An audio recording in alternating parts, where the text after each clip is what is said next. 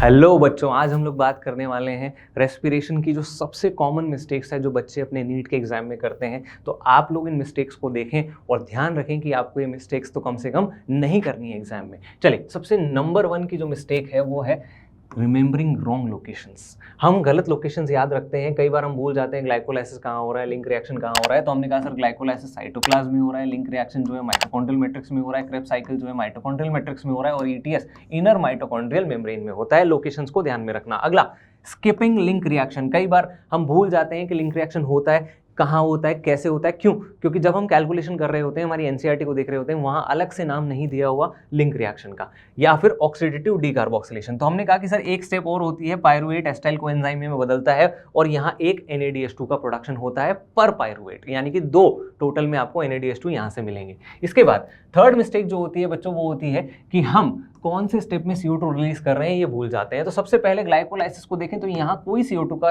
Release नहीं होता है। लिंक रिएक्शन जो है इसके अंदर 2 CO2 रिलीज होते हैं हर ग्लूकोज पर, ठीक है। और क्रेब्स साइकिल में बचे हुए 4 रिलीज हो जाते हैं, यानी पूरी तरह से ग्लूकोज खत्म हो जाता है, या फिर मैं कहूँ एक टर्न में 2 CO2 निकलते हैं। इसके बाद mistake number 4, mixing up SLP and CLP। अब ये SLP CLP क्या होता है? हमने कहा सर अगर डायरेक्ट ATP बन रहा है तो उसे SLP कहते हैं, सबस्ट्रेट लेवल फॉस्फोराइलेशन। जैसा कि आप ग्लाइकोलाइसिस में देखते हैं, आपको 4 ATP मिलते हैं और क्रेब्स साइकिल में 2 ATP SLP से मिलते हैं। तो टोटल 6 ATP का प्रोडक्शन हो रहा है SLP से। इसके बाद CLP की बात करें तो ETS के थ्रू NADH2 FADH2 से जो ATP मिलते हैं वो होते हैं CLP के, और एक NADH2 से 3 ATP और एक FADH2 से 2 ATP। तो आप कैलकुलेशन अपने आप कर सकते हैं। इसके बाद आगे देखते हैं counting the number of ATP। भैया सबसे कॉमन मिस्टेक है, सबसे ज्यादा दिक्कत देती है। क्या है मिस्टेक? कि सर हमें पता ही नहीं होता किससे कितना ATP मिलेगा। अगर नहीं पता है तो याद कर लेना भैया, सीधा सीधा एक ग्लूकोज से मिलता है 38 ATP। अगर मान लो ग्लूकोज 6 फॉस्फेट दे दिया तो एक एडिशनल ATP मिलेगा विच इज 39 ATP।